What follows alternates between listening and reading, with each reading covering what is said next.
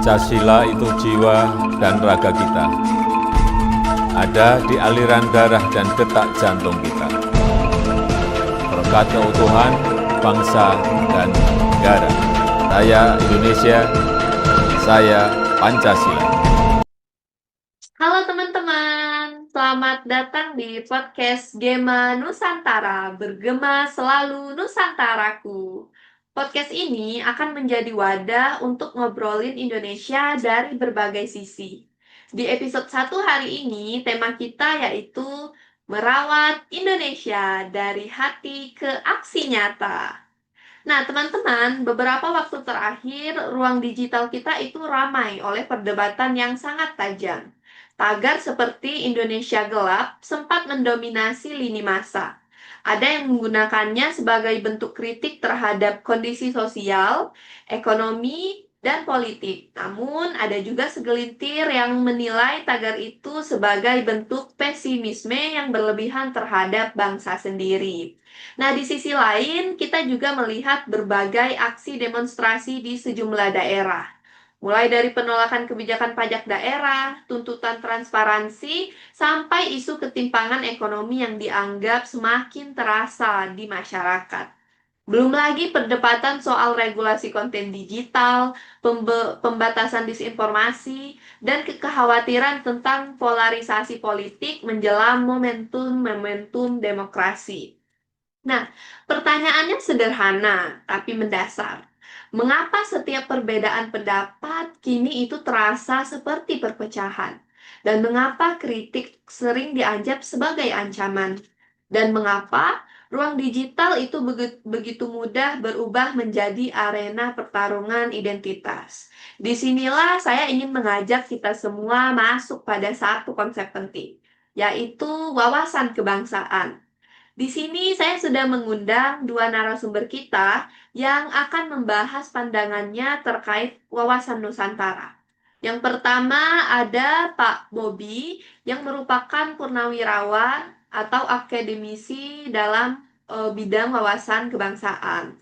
Halo, selamat pagi Pak Bobi. Selamat pagi Mbak Amel. Gimana Terima kasih. kabarnya hari ini Pak? Sangat baik sekali Mbak Amel. Terima kasih telah mengundang. Dan selamat pagi juga untuk podcast Gema Nusantara ini. Oke, terima kasih Pak Bobi sudah berkenan hadir. Kemudian juga ada Mbak Rati yang merupakan social entrepreneur atau aktivis lingkungan yang mewakili nilai bela negara melalui aksi sosial sebagai perwakilan dari Gen Z nih. Halo Mbak Rati, selamat pagi. Halo Mbak Amel, selamat pagi. Pagi juga untuk Pak Bobi, senang bisa bergabung di sini. Baik, terima kasih Pak Bobi, terima kasih Mbak Rati. Tanpa berlama-lama lagi, mari kita kupas tema kita hari ini. Nah, kita mulai dari Pak Bobi nih. Pak, kita kan sering nih dengar istilah wawasan kebangsaan. Nah, tapi jujur, buat anak muda kayak saya, kalau dengar istilah wawasan kebangsaan itu rasanya kayak lagi baca teori di buku sejarah. Nah, jadi Pak Bobi, sebenarnya apa sih esensi dari wawasan kebangsaan itu? Baiklah Mbak Amel. Tentu ini sangat sederhana ya Mbak. Karena setiap individu maupun kelompok itu harus memiliki wawasan kebangsaan yang baik dan akan dijadikan filter atau kacamata bagi dirinya sendiri. Dan wawasan kebangsaan ini tentu akan sangat berguna untuk kita melihat sebagian besar dari bangsa yang besar ini. Seperti isu besarnya sekarang itu adalah krisis identitas yang menjadi permasalahan setiap individu, baik dari kalangan anak muda hingga orang dewasa. Kalau kita tidak memiliki wawasan kebangsaan yang luas, tentu hal ini akan membuat setiap individu maupun kelompok yang ada di negara ini akan mudah terpecah belah oleh berita bohong, isu ataupun hoax yang ada di sosial media yang banyak beredar. Dan tentu kita harus sangat menyadari ini karena dari latar belakang kita juga telah berbeda. Indonesia memiliki banyak pulau yang berbeda, baik dari Sabang sampai Merauke dengan culture atau budayanya yang berbeda. Tentu hal ini membuat sudut pandang yang berbeda. Jika kita tarik seperti Sumatera akan berbeda dengan orang Timur, maka hal ini sangat menentukan apakah wawasan kebangsaan kita akan ikut andil dalam melihat atau sebagai kacamata dari permasalahan ini. Oke, jadi artinya wawasan kebangsaan ini bukan hanya soal rasa cinta tanah air secara emosional, tetapi juga kesadaran rasional terhadap sistem nasional. Nah, jadi Pak, wawasan Nusantara ini lebih ke kesadaran kolektif ya, Pak Bobi? Betul sekali Mbak Mel. Saya menyadari bahwa kita tentu negara Indonesia ini memiliki dasar, yaitu Pancasila, Undang-Undang Dasar 1945, NKRI, dan kita memiliki juga semboyan Bhinneka Tunggal Ika itu. Semboyan ini tidak hanya menjadi hafalan bagi kita maupun kelompok, tapi sebagai jati diri kita bahwa eh, kita ini berbeda tapi tetap satu jiwa. Oke, jadi teman-teman, wawasan kebangsaan ini bukan hanya hafalan tentang 4 pilar yang disebutkan Pak Bobi tadi. Ia adalah kesadaran kolektif yang hidup.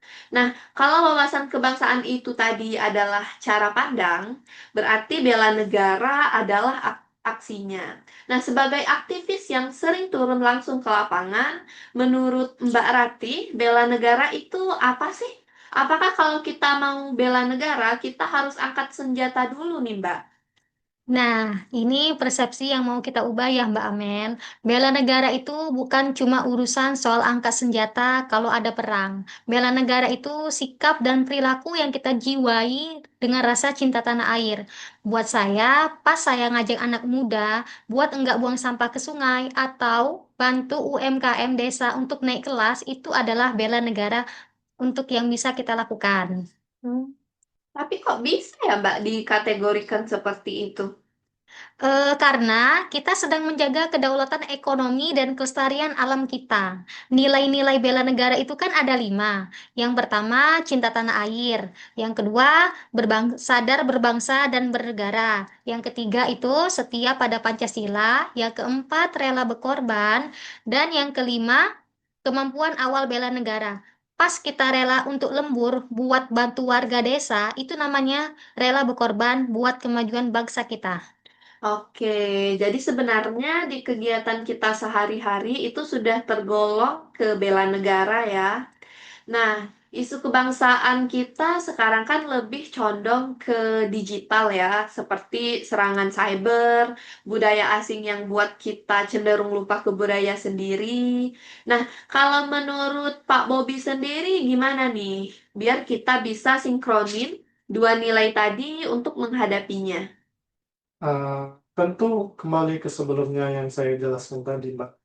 Wawasan kebangsaan akan tetap menjadi filter atau pembatas bagi kita maupun kelompok, karena wawasan kebangsaan ini akan sangat berguna sekali bagi kita untuk memilah informasi yang ada, apakah ini informasi yang valid, teruji, atau ini adalah berita bohong atau hoax. Eh, Wawasan kebangsaan ini akan menjadi filter dan menilai apakah ini akan memecah belah bangsa atau tidaknya. Lalu kita juga akan menambahkan atau pemahaman tentang bela negara sebagai aksi dalam sudut pandang ini. Kalau saja seperti ada serangan hoax, tentu aksi bela negara ini akan sangat berguna, baik dengan cara menyebarkan fakta, membantah informasi hoax tersebut secara langsung maupun tidak langsung. Oke, terima kasih Pak Bobi. Nah, kalau menurut Mbak Ratih sendiri, gimana nih Mbak pandangan Mbak? Kalau saya setuju dengan Pak Bobi. Dan satu lagi, prestasi. Di era global, bela negara paling keren adalah dengan berprestasi di bidang masing-masing, yaitu atlet, teknokrat, artis, ataupun operator layanan publik sekalipun. Kalau kita kerja profesional, Indonesia pasti kuat. Baik, luar biasa sekali ya. Nah, jadi di tengah globalisasi, disrupsi teknologi, polarisasi digital, dan ketimpangan sosial, wawasan kebangsaan itu bukanlah konsep usang. Justru ia adalah kompas moral dan intelektual bagi kita. Wawasan Nusantara ini akan membantu kita untuk menjawab pertanyaan seperti apakah tindakan saya ini memperkuat persatuan atau malah memperdalam perpecahan? Apakah kritik yang saya lontarkan itu membangun atau hanya sekedar sebagai wadah bagi saya untuk melampiaskan emosi? Dan apakah saya masih melihat Indonesia sebagai kita, bukan mereka? Nah, karena pada akhirnya bangsa yang kuat bukanlah bangsa tanpa perbedaan. Namun, bangsa yang kuat adalah bangsa yang mampu mengelola perbedaan dengan kesadaran kolektif. Saya percaya selama kita masih mau berdialog, masih mau berpikir kritis, dan masih mau menempatkan kepentingan bersama di atas ego kelompok, maka wawasan kebangsaan akan tetap hidup. Terima kasih Pak Bobi, terima kasih Mbak Rati, makasih banyak banget buat insight-nya hari ini, singkat tapi berdaging sekali. Terima kasih Mbak Amel, terima kasih juga telah mengundang saya ke podcast Gema Nusantara ini. Terima kasih Mbak Amel dan Pak Bobi. Satu lagi, jangan cuma nanya kepada negara apa yang negara kasih, tapi apa yang bisa kita lakuin buat negara. Yuk aksi! Oke, untuk teman-teman semua juga terima kasih banyak sudah mendengarkan. Saya Amalina, mohon izin pamit undur diri. Sampai jumpa di episode selanjutnya. Ingat, tetap kritis, tetap rasional, dan tetap menjaga Indonesia. Gema Nusantara, berbangsa selalu Nusantara. Nusantara. Terima kasih. Terima kasih.